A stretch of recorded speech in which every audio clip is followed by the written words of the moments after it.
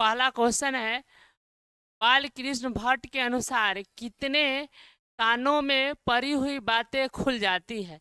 यानी कवि जो है कहना चाहते हैं, लेखक जो है बाल कृष्ण भट्ट के अनुसार कितने कानों में बातें जो है परी बातें खुल जाती है। 2 नहीं, 3 नहीं, 4 नहीं, 6। लेखक ने बताया है बाल कृष्ण भट्ट ने कि 6 जो बातें हैं उनके अनुसार कान में परी हुई बातें खुल जाती है। चलिए दूसरी सवाल की ओर हम लोग दूसरा सवाल की ओर बढ़ते हैं।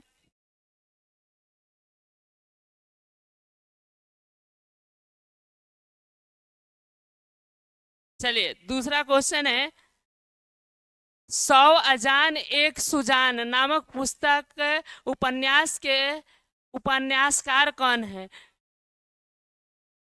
तो बाल कृष्ण भट्ट की सबसे प्रमुख उपन्यास है, उसका नाम है 100 अजान एक सुजान। जयप्रकाश नारायण नहीं, जगदीश चंद्र माथुर नहीं, मोहन राकेश नहीं। इसका सही आंसर हो जाएगा बाल कृष्ण भट्ट। आप लोग कमेंट कीजिए।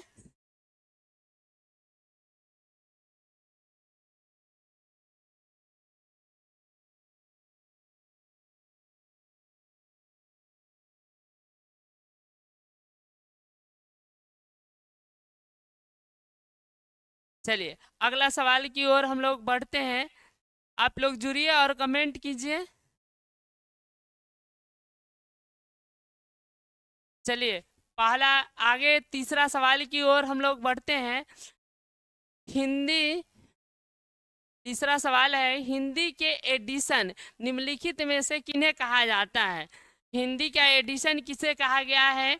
तो इसके ऑप्शंस है बाल कृष्ण भट्ट, चंद्रधर शर्मा गुलेरी, जयप्रकाश नारायण और दिनकर जी।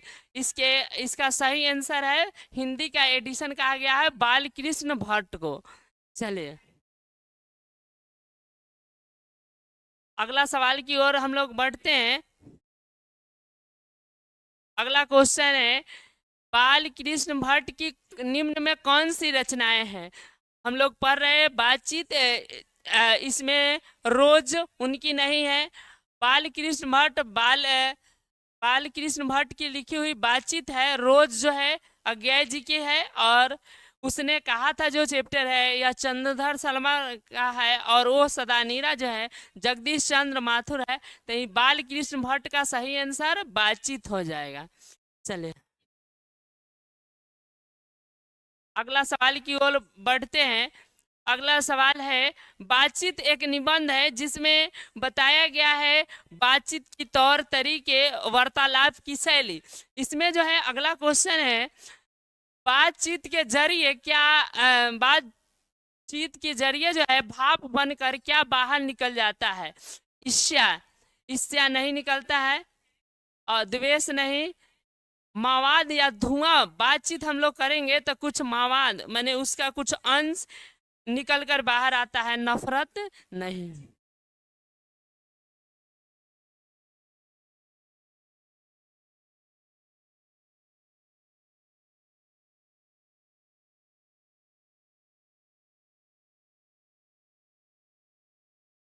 चलिए अगला क्वेश्चन की ओर हम लोग बढ़ते हैं। अगला क्वेश्चन है, बाल कृष्ण भट्ट के माता का क्या नाम था। चलिए इसके ऑप्शन है सावित्री देवी नहीं है, लक्ष्मी देवी भी नहीं है, और शैना देवी ये भी नहीं है। इनके माँ का नाम था पार्वती देवी। और आप लोग इनके पिता का नाम कमेंट करके बताइए। चलिए अगला सवाल की ओर बढ़ते हैं।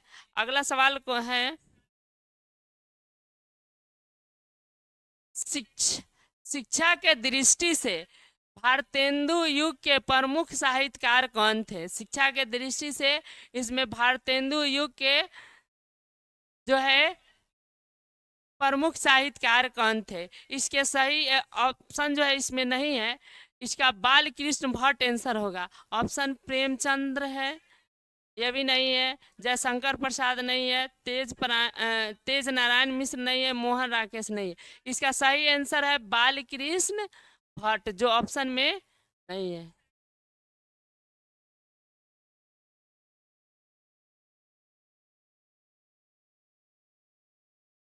चलिए अगला सवाल हम लोग बढ़ते हैं।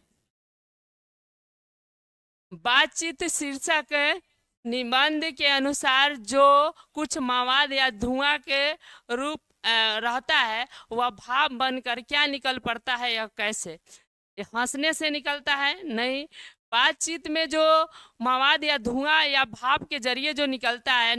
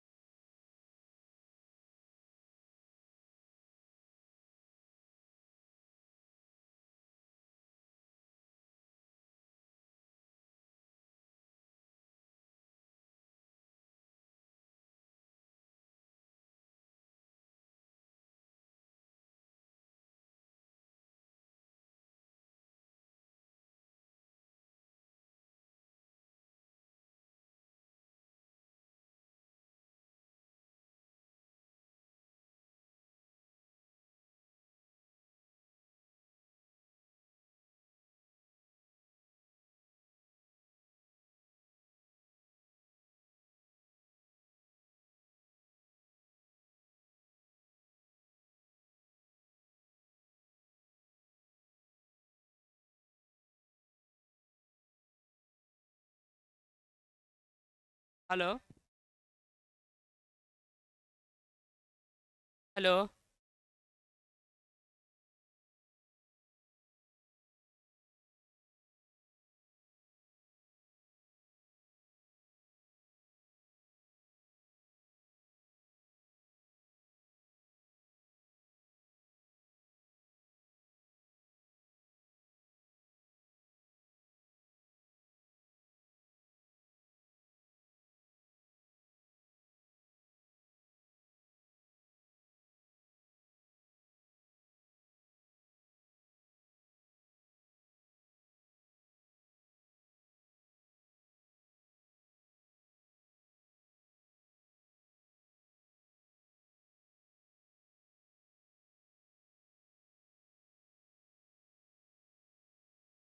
कुछ कुछ टेक्निकल इशू के कारण हम लोग लाइव में रुक गए थे। चलिए अब कंटिन्यू करते हैं, सभी लोग जुड़ जाइए और फिर से।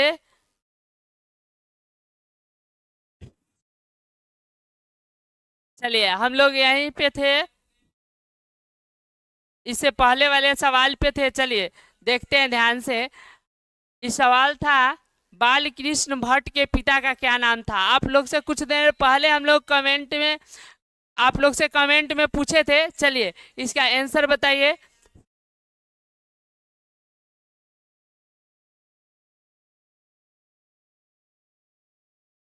देवी प्रसाद भट्ट, बेनी प्रसाद भट्ट, टेनी प्रसाद भट्ट, सैनी प्रसाद भट्ट, इसके ऑप्शंस थे। तो इसका सही आंसर हो गया बेनी प्रसाद भट्ट, इनके पिता का नाम था। चलिए अगला क्वेश्चन की ओर बढ़ते हैं। चलिए अगला सवाल है, आप लोग जुड़ जाइए सभी आदमी। अब कोई समस्या नहीं ना है, कमेंट कीजिए। चलिए, आपका स्वागत है। गोलू गोलू बोल रहे हैं कि hello sir, I am new student, आपका स्वागत है। चलिए, संजीव संजीव संजीव बोल रहा है पाव लागू गुरुजी। चलिए, और जो है, चलिए आगे की ओर हम लोग बढ़ते हैं। अगला क्वेश्चन अगला क्वेश्चन है अगला क्वेश्चन है दंपति स्वर किस लेखक की रचना है? इसके चलिए, इसके ऑप्शन है चंद्रधर सलमान गुलेरी, मल्याज, बाल कृष्ण भट्ट, जगदीश चंद्र माथुर। तो इसका सही आंसर हो जाएगा बाल कृष्ण भट्ट द्वारा लिखी गई यह कविता या पुस्तक है। चलिए, अगला क्वेश्चन की ओर हम लोग बढ़ते हैं। बाल कृष्ण भट्ट की अगला क्वेश्चन की ओर बढ़ते हैं। बाल कृष्ण भट्ट की जो रचना है बातचीत, यह कौन सी विधा है? बताना है यह क्या है। एकांकी है, कहानी है, यात्रा स्मरण है कि ललित निबंध है? तो इसका आंसर हो जाएगा यह जो है ललित निबंध है।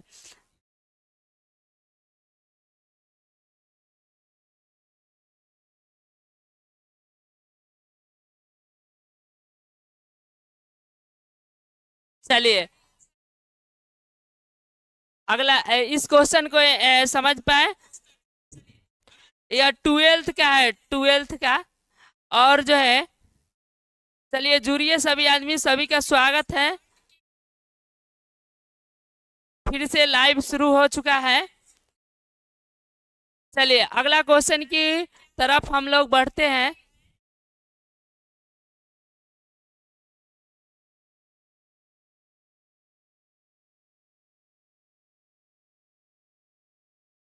चलिए देखिए, अगला क्वेश्चन की ओर हम लोग बढ़ते हैं। क्या है अगला क्वेश्चन? बाल कृष्ण भट्ट किस युग के निबंधकार या साहित्यकार थे? तो ऑप्शंस है प्रगतिवाद, द्विवेदी युग, भारतेंदु युग और छायावाद। तो आपको बता दें, बाल कृष्ण भट्ट जो है भारतेंदु युग के निबंधकार और साहित्यकार थे।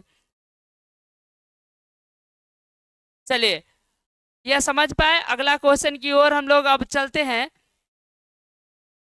चलिए, अगला जो मनुष्य या जो बातचीत लेखक है, यह ट्वेल्थ का बहुत महत्वपूर्ण चैप्टर है और इसके ऑल ऑब्जेक्टिव जो है आप लोग को समझाया जा रहा है, पढ़ाया जा रहा है, ध्यान दीजिएगा, काफी जरूरी है। चलिए, अगला क्वेश्चन है मनुष्य के बातचीत का उत्तम तरीका क्या है? मनुष्य के जो बातचीत है इसके उत्तम तरीका क्या है? विद्वतापूर्ण बात करना, भीड़ से बात करना, तर्कपूर्ण बात करना, अवाक होकर अपने से बात करना। तो मनुष्य से बातचीत करने का सबसे अच्छा तरीका है खुद से बात कीजिए। खुद से यानी अवाक होकर अपने से बातचीत करना सबसे अच्छा तरीका है। खुद से बात कीजिएगा तो आप अपने समस्याओं पर बात कीजिएगा, आप अपने सारे चीजों, अपने जीवन में आने वाली कठिनाइयों पर बात कीजिएगा। चलिए, अगला क्वेश्चन की ओर तरफ बढ़ते हैं हम लोग। संवाद में सबसे महत्वपूर्ण क्या है? संवाद में जो है सबसे महत्वपूर्ण क्या है? आप लोग को कोई भी समस्या हो कमेंट कीजिए।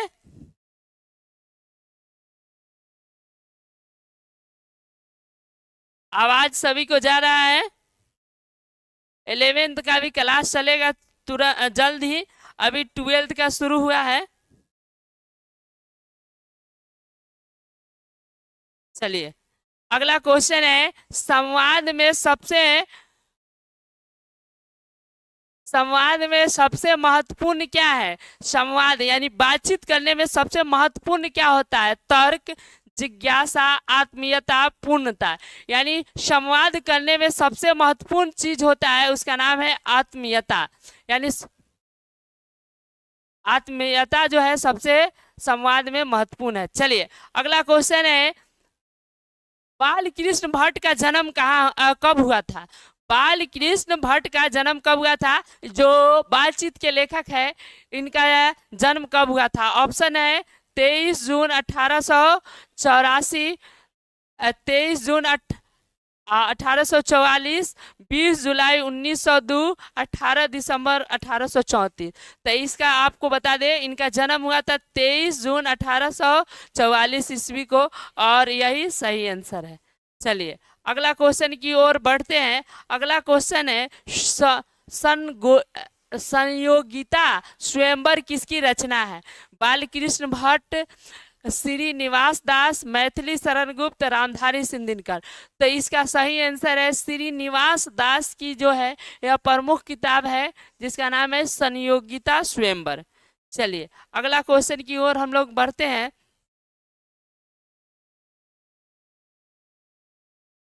चलिए ध्यान दीजिएगा, बातचीत शीर्षक में निबंध के अनुसार जो है रस का समुद्र किसके बातचीत में उमड़ता है? माने जब बातचीत हो रहा हो तो रस का समुद्र किस में उमड़ता है? दो मूर्खों की बात में, दो गुनी की बात में, दो सहेलियों के बात में, चार बुद्धियों की बात में। तो बातचीत का समुद्र जो उमड़ता है जब दो गो सहेली आपस में बात करेगी, तो उस समय समुद्र रस का समुद्र उमड़ता है कि नहीं? चलिए अगला क्वेश्चन है, नाट्य संवाद में संवाद क्या होता है? नाट्य संवाद में जो है संवाद क्या होता है? नाटकीय विषय की पुस्तक, कहानी संग्रह, कविता संग्रह, नाटक संग्रह। तो इसका सही आंसर हो जाएगा नाटकीय विषय की पुस्तक आधारित होता है। चलिए अगला क्वेश्चन की और हम लोग बढ़ते हैं। अगला क्वेश्चन है बाल कृष्ण भट्ट। चलिए आप लोग सभी लोग जुड़े रहिए और लाइक कमेंट और शेयर करते रहिए। चलिए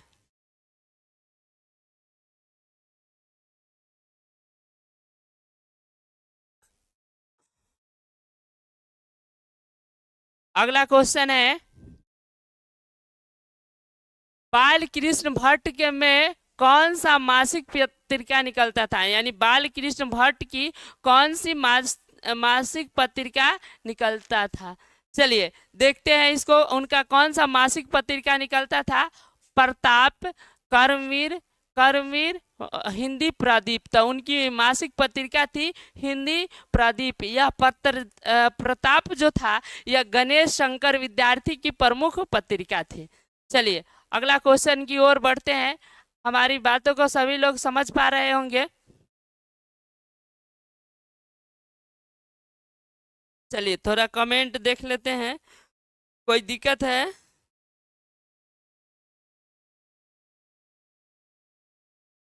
कोई दिक्कत है तो कमेंट कीजिए।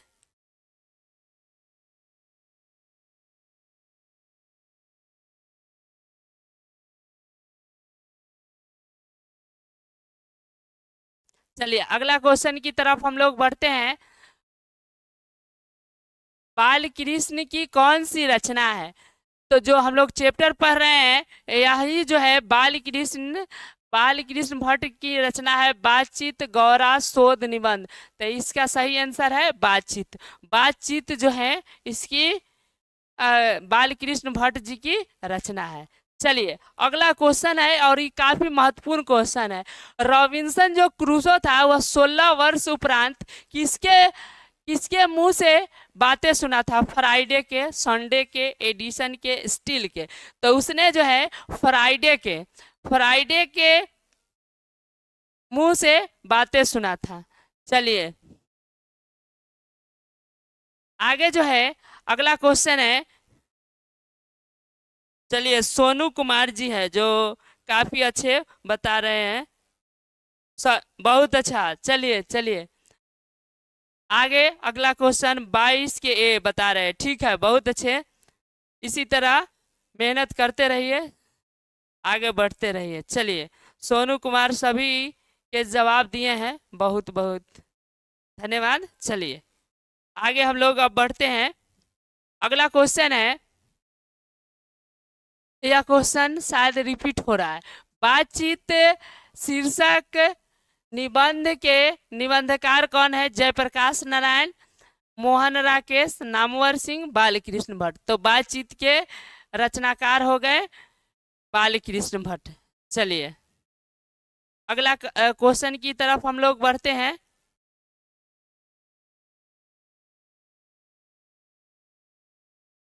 अगला क्वेश्चन है, बालकृष्ण भट्ट जो है वह इस पाठ के माध्यम से जो है, यानी बालकृष्ण भट्ट जो है इस पाठ के माध्यम से क्या बताना चाहते हैं? बातचीत की शैली, कि भाषण की शैली, कि झगड़ा करने की शैली, इनमें से कोई नहीं।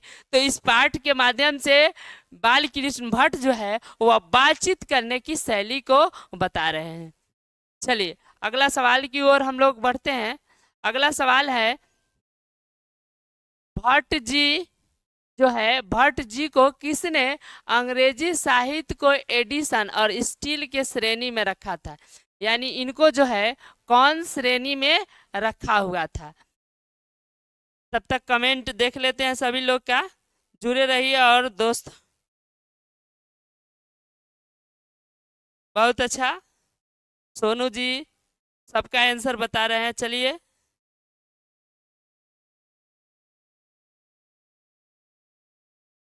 और सारे बच्चे जुड़ते रहिए, लाइक और कमेंट शेयर करते रहिए।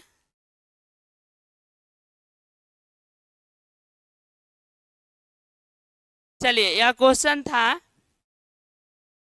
कि भट्ट जी किसने भट्ट जी जो है किसने भट्ट जी को जो है किसने अंग्रेजी साहित्य के एडिशन और स्टील के श्रेणी में रखा था? इसका सही आंसर हो जाएगा, आप लोग कमेंट कीजिए।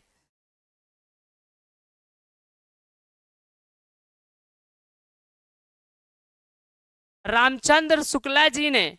इसका ऑप्शन है हजारी प्रसाद द्विवेदी, डॉक्टर नागेंद्र, रामचंद्र शुक्ला, रामविलास शर्मा। तो इसका सही आंसर हो जाएगा रामचंद्र शुक्ल ने इनको एडिशन और स्टील के श्रेणी में रखा था। अगला क्वेश्चन है, बालकृष्ण भट्ट का निवास स्थान कहाँ था या कहाँ रहते थे? इसके ऑप्शन है लखनऊ उत्तर प्रदेश, इलाहाबाद उत्तर प्रदेश, मथुरा उत्तर प्रदेश, वाराणसी उत्तर प्रदेश। तो यह रहते थे इलाहाबाद उत्तर प्रदेश में। चलिए अगला सवाल की ओर बढ़ते हैं। आप सभी लोग जुड़ते जाइए और लाइक कमेंट शेयर सब करते जाइए। चलिए अगला क्वेश्चन है, बालकृष्ण भट्ट ने जो है, अगला क्वेश्चन है, बालकृष्ण भट्ट किस पत्रिका का संपादन किए थे? तो आर्यावर्त इनका नहीं था, हुंकार भी इनका नहीं था, पंजाब केसरी भी नहीं था, इनका हिंदी प्रदीप पत्रिका था जिसका यह संपादन किए हुए थे। चलिए अगला क्वेश्चन की ओर हम लोग बढ़ते हैं। चलिए अगला क्वेश्चन है, बालकृष्ण बालकृष्ण भट्ट जो है थे वह हिंदी प्रदीप पत्रिका को कब निकालते थे? यह पत्रिका को कब प्रारंभ किए थे? चलिए आप लोग कमेंट कीजिए, हम देखते हैं।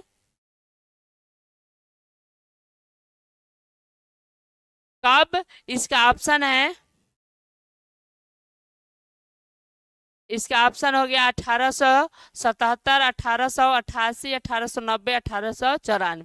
चलिए इसका आंसर हो गया 1877।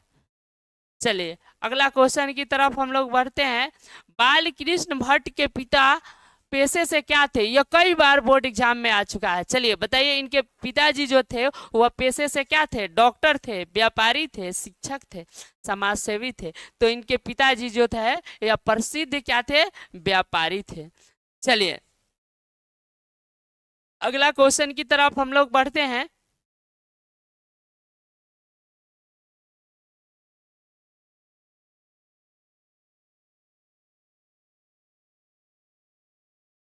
सभी लोग लाइक शेयर और कमेंट करते रहिए।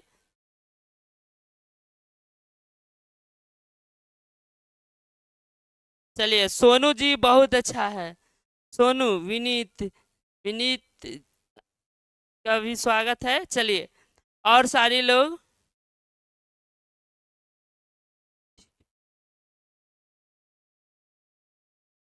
इसका क्या होगा? कितने नंबर पूछ रहे हैं, पूछिए।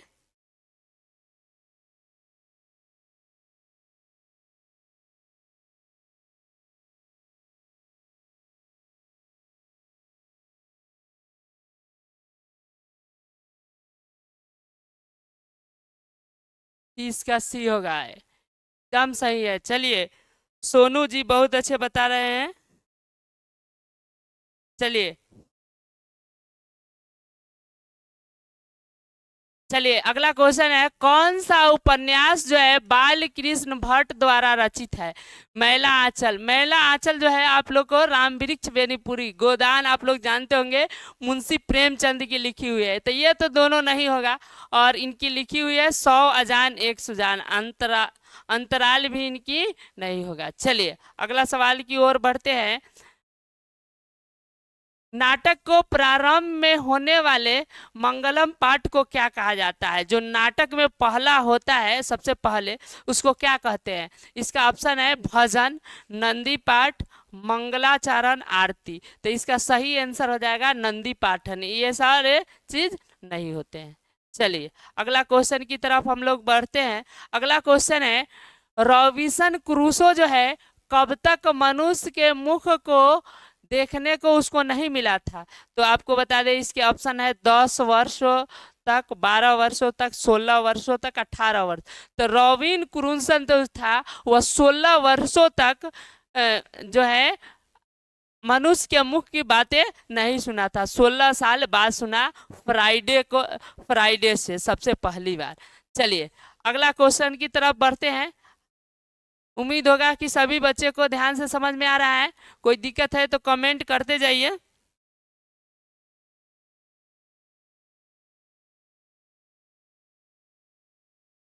चलिए, सोनू जी बोल रहे हैं, सर आप बहुत अच्छा से पढ़ाते हैं, थैंक यू सर। चलिए चलिए, आपका भी बहुत बहुत धन्यवाद।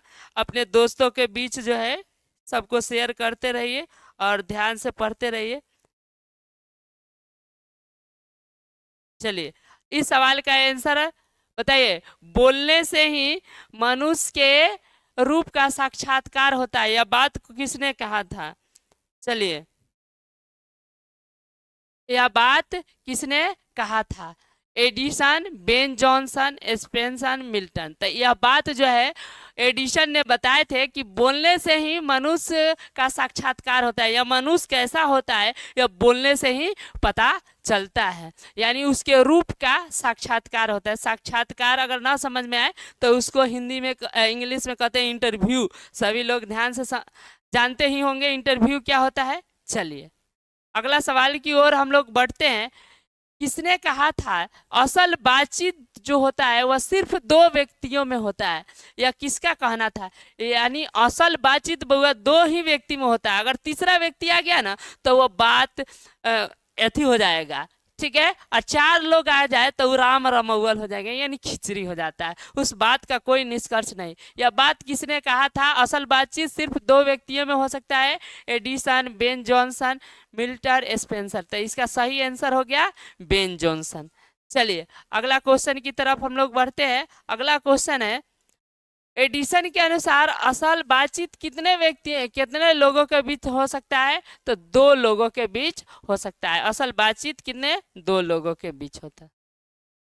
चलिए, बातचीत करने से मन कैसा हो जाता है? चलिए, कोलाहलपूर्ण बातचीत करने से मन जो है कभी हो हल्ला में नहीं हो सकता, भारी और बोझिल भी नहीं होता है, इनमें से कोई नहीं, हल्का और स्वच्छ हो जाता है। बातचीत किसी से कीजिएगा तो आप जो है बातचीत से हर चीज का समस्या का समाधान हो जाएगा, आपका मन जो है हल्का हो जाएगा। चलिए अगला क्वेश्चन है, किसके ना होने से यह दुनिया सृष्टि जो है गूंगी प्रतीत होगी? मैंने कौन नहीं होगा तो यह जो दुनिया है वह कैसा प्रतीत होगा? गूंगी प्रतीत होगा। दृष्टि शक्ति नहीं, दृष्टि शक्ति भी नहीं, स्मरण शक्ति भी नहीं, दीप शक्ति नहीं, वाक शक्ति के न होने के कारण ये दुनिया जो है क्या हो जाएगी? गूंगी प्रतीत हो जाएगी। तो वाक शक्ति इसका सही आंसर हो गया। चलिए, यह बहुत महत्वपूर्ण क्वेश्चन है, आर्ट ऑफ कन्वर्सेशन कहाँ के लोगों में सबसे अधिक प्रचलित है? बहुत बार बोर्ड एग्जाम में क्वेश्चन आता है art of conversation. Art of conversation का मतलब होता है एक बातचीत करने की तरीका है जिससे को सुनकर कान को काफी सुखद महसूस होता है। यह अफ्रीका के लोगों में है नहीं, भारत के लोगों में नहीं, कनाडा के नहीं, यह यूरोप के लोगों में है। सही आंसर हो जाएगा यूरोप के लोग। यूरोप के लोगों में आर्ट ऑफ कन्वर्सेशन पाया जाता है। अगला क्वेश्चन है बाल कृष्ण भट्ट जो है किस काल के कवि थे? कि नहीं, तो ये जो है शुरुआती काल के ही थे, तो ये आदि काल के हो जाएंगे। भक्ति काल नहीं, रीति काल नहीं, आधुनिक काल नहीं, यानी यह जो हो जाएंगे। चलिए, यही 39 जो है ऑब्जेक्टिव था जिसका हम लोग अध्ययन किए। सॉरी, ये जो है रीति काल के कवि हैं। इसका जो है सही आंसर होगा आदिकाल नहीं, रीति काल होगा। चलिए आगे जो है इसी तरह हर दिन जो है the star global YouTube channel पर आप लोग को हिंदी का ऑब्जेक्टिव कराया जाएगा 12th का। आप लोग ज़्यादा से ज़्यादा जुड़िए, अपने दोस्तों को भी जोड़िए। और जो है इस वीडियो को यहीं पे समाप्त करते हैं, इस लाइव को अभी समाप्त करते हैं, फिर मिलेंगे अगले लाइव में। तब तक के लिए धन्यवाद।